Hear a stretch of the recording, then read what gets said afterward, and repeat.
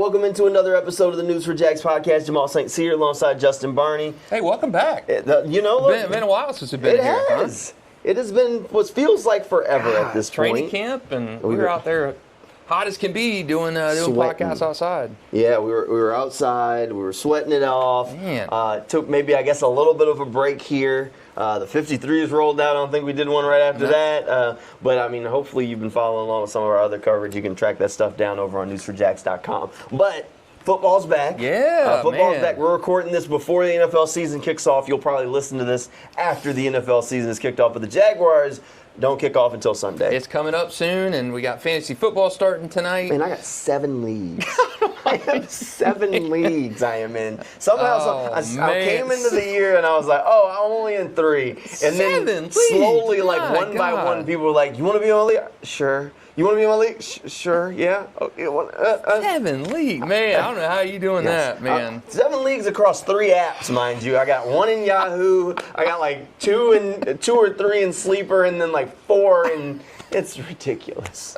It is ridiculous. You still work, or is that full-time job? This is a full-time gig at this point. That's awesome.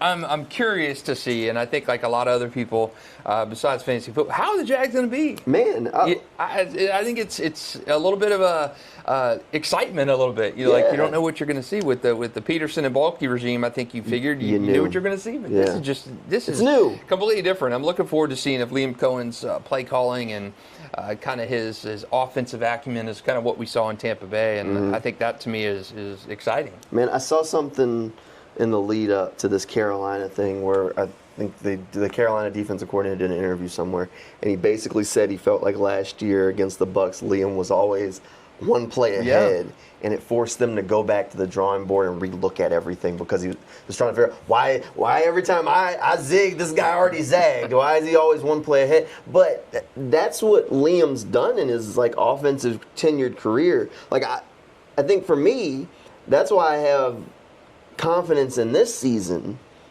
in Liam being able to have success with the Jaguars this year. I feel really good about that. But next year, I'm going to have more questions because he's done it. Stops, one-offs. Go in, activate, make it work, flip the light switch, the lights are on, we're putting up points, we're eating up yards. He's never had to follow up. He's going to be in Tampa Bay, back Tampa Bay next year? Yeah, he'll be back there as the OC overnight. What happened to Liam? Man. He didn't answer the phone when Chad was calling. So I'm interested to see because preseason, we didn't really see that. You're getting vanilla stuff in the preseason, but I saw the story you're referring to, and to me, I think there was that excitement with Doug Peterson for a little bit, and then it just went, you saw what you were getting with him. Yeah. But Liam Coen, a young offensive mind, and kind of to your point that you've made multiple times over the years, you got a young guy, you don't know what you're going to get, completely new everywhere. New play callers, coordinators new, never had that experience, and keep going back to a conversation we had when we were upstairs and on the second floor doing our podcast in a room, and we had decided to get them before they're good. And I think with this staff, it's a lot of those young guys. You know, Anthony Campanile, can he elevate to become a head coaching candidate? We thought for a little bit Mike Caldwell was on that path. Yeah. Can Grant Udinski become and elevate to be a head coaching candidate or something one day? You got a lot of guys on this staff who have that potential that if they succeed here, could go somewhere else and do a great thing. But I'm really interested to see Liam Coen. Shad Khan when he was getting rid of Balky or Peterson last year. We need to be more not as vanilla. We ran too much. We did this basic stuff, and I think with Liam Coen, he gives you that aspect of not being, same play call as Doug Peterson was doing so many times throughout the tenure. I think that excitement, the unknown, it's got me pumped up. Yeah, look, I think this offense, I really think from what we've seen over the course of training camp as a whole, I think fans are going to enjoy it. I don't even think we've seen the surface of this thing, but I think this is going to be a modern NFL offense. I think there's a lot of moving pieces. I think there's going to be a lot of guys that are involved, and I think fans are going to be trying to keep an eye on who's on the field play in and play out because there's going to be this personnel switching where Doug never really did a ton of the moving pieces where it was like, well, where's this guy at? It was basically he's lined up where you lined up every play. And I don't expect that from Liam. I think there's going to be a little bit of the Where's Travis Etienne? Yeah. You know, is he? He's lined up out here at wide receiver. We saw that a lot in moving. camp where you're, Travis. Where's Travis at? Oh, he's lined up out wide. You know, and you got Tank in the backfield. You got Diami running sweeps. I mean, there's so many. And they did the jet sweep on a 4th and 1 play. Which is great when you make it. I'm just now when you don't pick up 4th and 1, everybody's going, why didn't you quarterback sneak it? But look, it's fun. Yeah, it's different. I think it's just that creativity, the non-vanilla stuff is what I keep going back to. Liam is this offensive guy and really kind of unleashed things in Tampa Bay with a better offensive line. You had big plays for receivers, but the running game, the intricacies with Tank and Travis and Bashal Tootin. I saw ESPN talked about a great fantasy option, Bashal Tootin. You know, this guy's a day 2 or day 3 draft pick, and they're talking about him being kind of a guy who usurps the top 2 guys by season's end. So interested to see what they get out of LeQuint Allen as a 3rd down back. Yeah. I just think there's so many unknowns, but positive unknowns in this offense. I think they've reinforced the Trevor Lawrence footwork and everything, pre-snap stuff with him. So you hope Trevor's the best version of himself, kind of like what we saw the Trevor in 22 and 23. He's got the potential. Yeah. And I think it's smoothing over and helping Trevor rehabilitate things in his mind that have been broken in 2 coaching regimes. So I am cautiously optimistic. All right, so we've done a little bit of a state of the union of this thing over the surface. Let's go through a little bit here. So Carolina Panthers week 1, the 2 teams that came in at 95. Yeah, 95. Bryce Young, your quarterback for the Panthers. A couple of receivers, they got some injuries, but they'll have Tatoria McMillan, who was a rookie wide receiver, big body guy. Xavier Legette, big body guy. Hunter Renfrow. Those are going to be your kind of cornerstones there. On defense, you're really keeping an eye on Jace Horn. Pretty good corner there. I mean, outside of that, this isn't exactly a star-powered, packed Panthers team, so we'll probably spend most of this conversation talking about the Jaguars, but I think it always leads back to Trevor. Just how comfortable do you feel with Trevor right now rolling in this offense? I mean, we've seen Trevor play. Yeah. You've seen highs, you've seen the inconsisticies, but I mean, the past 2 years, I think the biggest problem for him has been injuries. Yeah, injuries, and I think just the loss of confidence. I mean, your guys that are in front of you blocking, you don't got a lot of confidence in them, and we beat this dead horse time and again. The offensive line has been crap when Trevor Lawrence has been here. It's been bad. There's no way around it. When you look back at the line he came into, receivers he was throwing to, I mean, never would have thought Marvin Jones would have been, 5 years later, one of Trevor's best receivers, I mean, we're talking that long ago. You get to Marvin Jones, and he's top 5 probably. Yeah, and the offensive line has been bad. I mean, Trevor's not had anything around him to give him confidence. So you think now with hopefully the best offensive line in Trevor's career, BTJ in year 2, Travis Hunter. I'm not sold on Diami Brown, but I do think the pieces in front of Trevor are in place for him to have confidence and the best set of players blocking for him that he's had in his 5 years. Yeah, I think there are pieces there. So, I mean, when it comes down to Trevor, I feel pretty good. I think this is it. I think this is the best offense. I think this is going to be the best scheme. I think this is probably the best coaching staff that he's been around. And I think the pieces are there. No one's going to argue that Brian Thomas isn't the best receiver he's played with. And we know this at this point.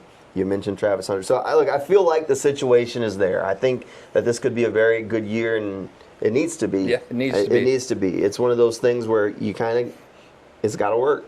It's got to work, and I think it will, but it also kind of has to. They hired Liam Coen for Trevor Lawrence. Yeah. To be his, you're married to him financially.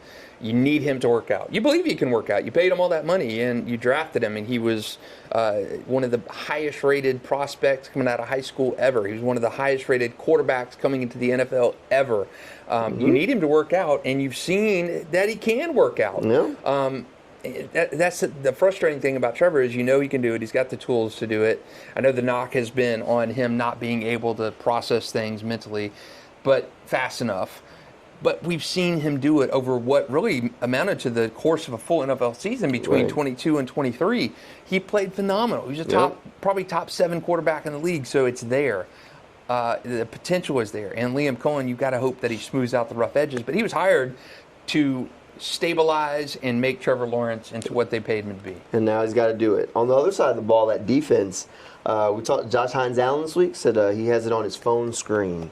Defensive Player of the Year. It's a lofty goal. Lofty. It's a lofty goal. But, I mean, he was knocking on the door a couple of years ago. Yeah. I mean, those sacks will get you in the conversation. But, look, I think that there's a question mark about Coach Campanelli because this is his first defense. But he's got pieces. I think you walk in the door, you got Josh Hines-Allen, you got two guys you feel like are going to get you double-digit sacks with him and Trayvon. You hope that Eric Armstead gets back to where he was. You can hope that Mason Smith takes a second-year step. You hope that Tyson Campbell's help. I feel like I'm saying hope a lot. Yeah. The thing there's a lot of hope here, ain't it? It just, when you look at the roster, and I've been around the Jags since '95, since they were here. I've seen so many of these teams. The team last year was not as bad as the record. You lose 10 one-score games, the NFL record. You're snake-bitten in some of those games. You weren't as bad. So when I look at Liam Coen coming into this team, this is not a 4-13 team that he's coming into. This is not a full tear down or rebuild at all. And I'm glass half empty, just kind of how I am, but I don't think the Jags were that bad last year. I think they lacked confidence at times. Yeah, I think that was poor. It was a poorly coached team. I think that attitude trickled down to the players. Yeah. And I just don't think it was a good setup for that team as a whole. They weren't as bad as 4-13. No, they weren't. It was something that it felt like it had been building up for a while. I mean, even early on in Doug, we were having the conversation of what's the problem with finishing these games. He said, you just got to get it going. And then they got it going, and then it broke. And it felt like once it broke, they couldn't figure out how to fix it. And then they were trying all last year, knocking on the door. The coaching staff, it felt like some of them were, mentally checked out. Yeah. So had a damn guy take a job during the quarter, half of halftime of a game. At halftime of a game, this man is announced. I'm sitting in front of. Yeah, I'll see this. Man hired during like the third quarter of a game. That was he didn't even do it at halftime. It's the middle of the game. I'm like, he just put pen to paper on a contract. Jerry, and you know what? I wish him well at Kennesaw State, but that is the strangest thing. That was so on brand for a man to be hired during the. He worked there. Oh my God, that is just so on brand for last year. It's crazy. So on brand. It was crazy. It was a crazy season where it felt like the coaches had left and the players weren't.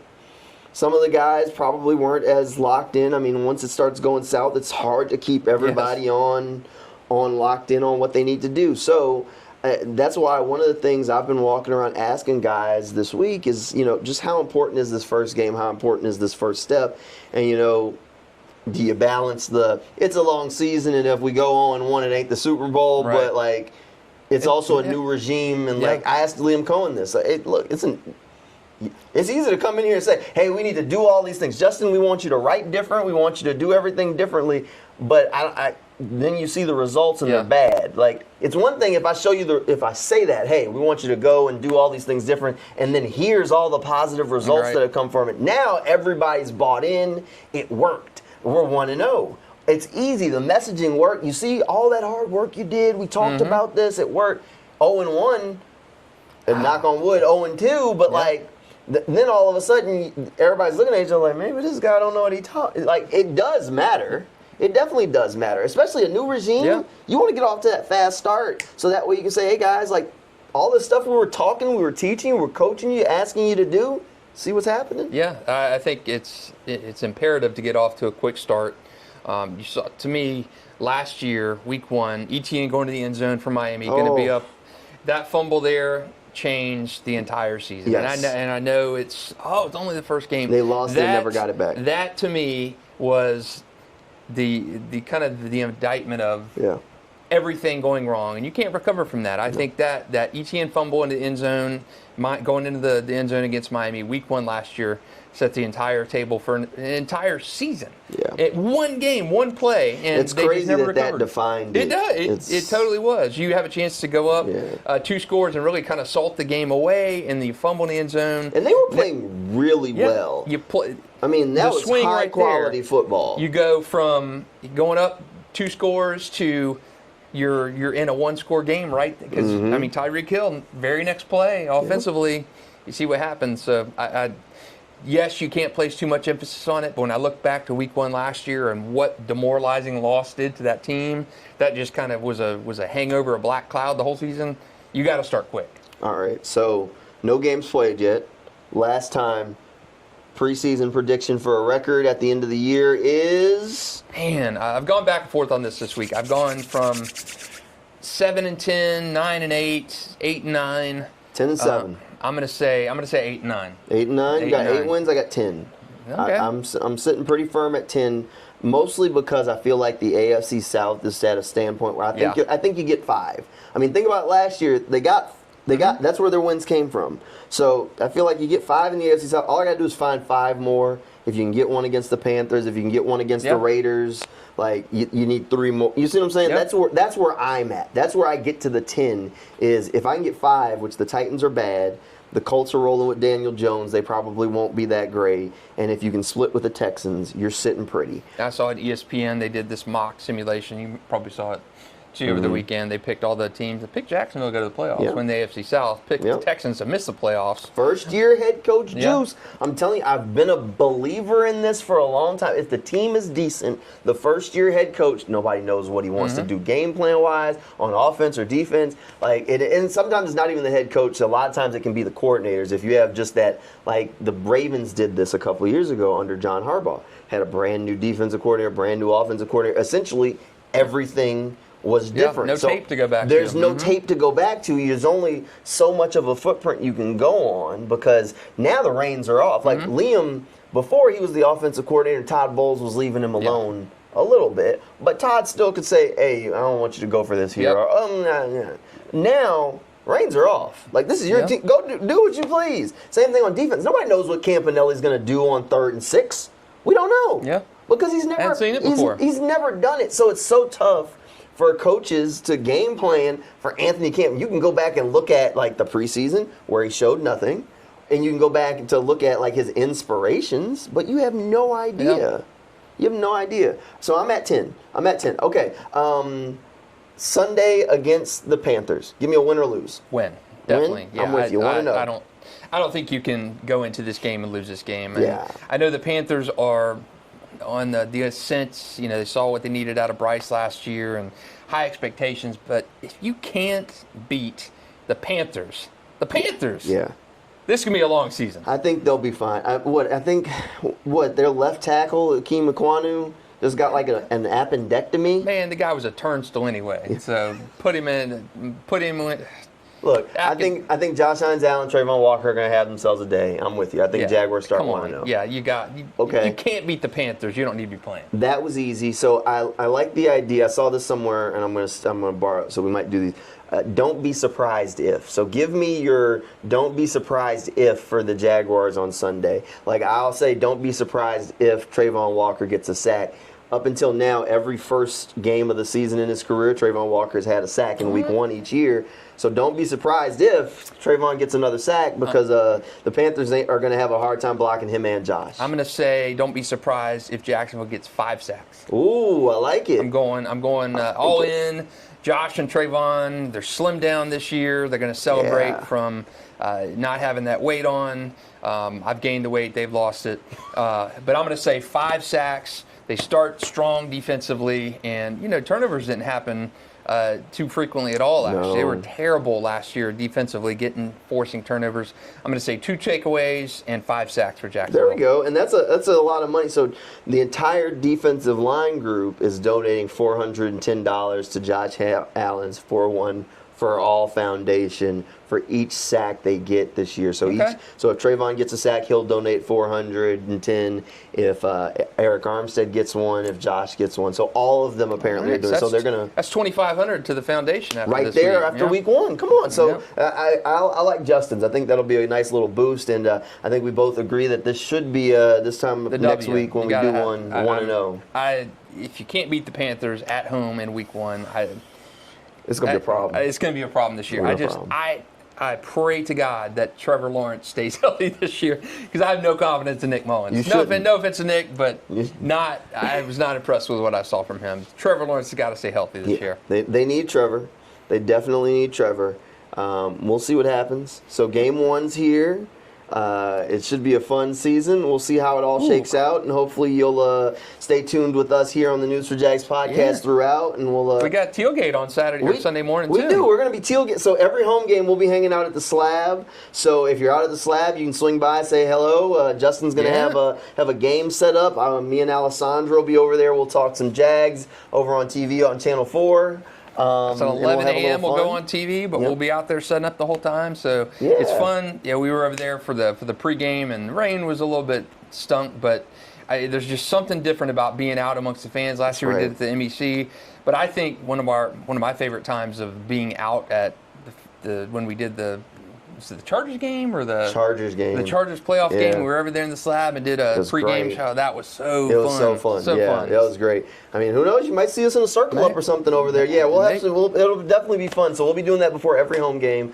So if you're going to a game this season and you're at the Slab, come see us. If not, you're staying at home, want to get some tailgate vibes, you can tune into that over on Channel 4. 11 to noon is when we'll be on TV here in Jacksonville. So look, a lot of fun, a lot of excitement. Hopefully, would love to do another playoff show. That's right. With the fans of the Slab, because there's nothing like that I've seen. There playoff football in Jacksonville. I remember how it was in '96 when they made the playoffs, and for that first time, and it was AFC Championship game week. I remember going to Sneakers and eating and just lunchtime at Sneakers, and just the waitresses were excited. I mean, just that there's nothing like a good football team that unites the town. And in Jacksonville, we happen to have the Jaguars here. In Gainesville, it's the Gators. But in Jacksonville, there's nothing like a good football team that unifies the city. And, man, Jacksonville is a caged animal ready for that just excitement again. Maybe it can happen at some point this year. Let's hope it does. Hopefully it's going to be a fun season, and hopefully you'll hang out with us for all of it. Thanks for tuning in to this News4JAGs podcast, and we'll see you next time.